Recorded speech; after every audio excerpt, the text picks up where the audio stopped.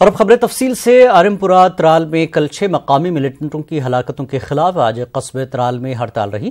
اس کی وجہ سے معمولات کی زندگی بری طرح متاثر رہی۔ علاقے میں تمام کاروباری ادارے بند رہے، سڑکوں سے ٹرانسپورٹ غائب رہا۔ موبائل انٹرنیٹ خدمات آج دوسرے روز بھی معطل رہی، تاہم علاقے میں حالات قابو میں رہے۔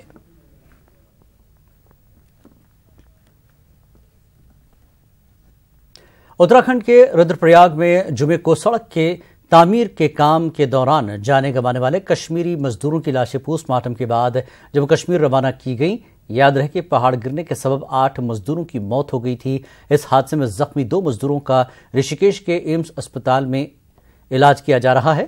ادارہ حکام کا کہنا ہے کہ اس سلسلے میں مکمل جانچ کے احکام دیے گئے ہیں۔ پرشاسن دوارا ایک تو مجسٹریل انکوائری بٹھا دی گئی ہے، جس میں کہ ایس ڈی ایم جکھولی جانچ کریں گے اور اس درگھٹنا کے کارنوں کی وستار سے جانچ کرتے ہوئے جو ذمہ دار ہیں اس میں کیا کارروائی ہونی ہے اس کے بارے میں وہ رپورٹ اپنی 15 دن کے اندر پرستت کریں گے۔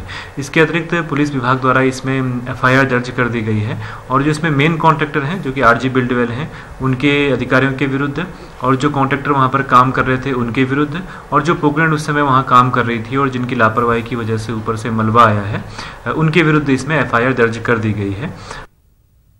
اتراکھنڈ میں زمین کھسکنے کے واقعے میں ہلاک ہونے والے 7 مزدوروں کی لاشیں آج فوجی ہیلی کاپٹر کے ذریعے اڑی لائی گئیں۔ ایک اور مزدور کی لاش کل پہنچنے کا امکان ہے۔ ضلع انتظامیہ اور پولیس اہلکاروں کی نگرانی میں لاشوں کو ان کے لواحقین کے حوالے کیا گیا۔ اس دوران وہاں سبھی لوگ کافی غمگین تھے۔ خواتین آہوکا کرتی نظر آئیں۔ لوگوں کی کثیر تعداد وہاں جمع تھی۔ SDM اڑی بصیر الحق چودھری نے کہا کہ مہلوکین کے لواحقین کو ہر ممکن مدد فراہم کی گئی ہے۔ انہوں نے کہا کہ لاشوں کی منتقلی کے علاوہ گورنر انتظامیہ نے لواحقین کو فی کس 2 لاکھ روپے ایکس گریشیا فراہم کیا۔ انہوں نے کہا کہ معاوضے کی رقم ادا کر دی گئی ہے۔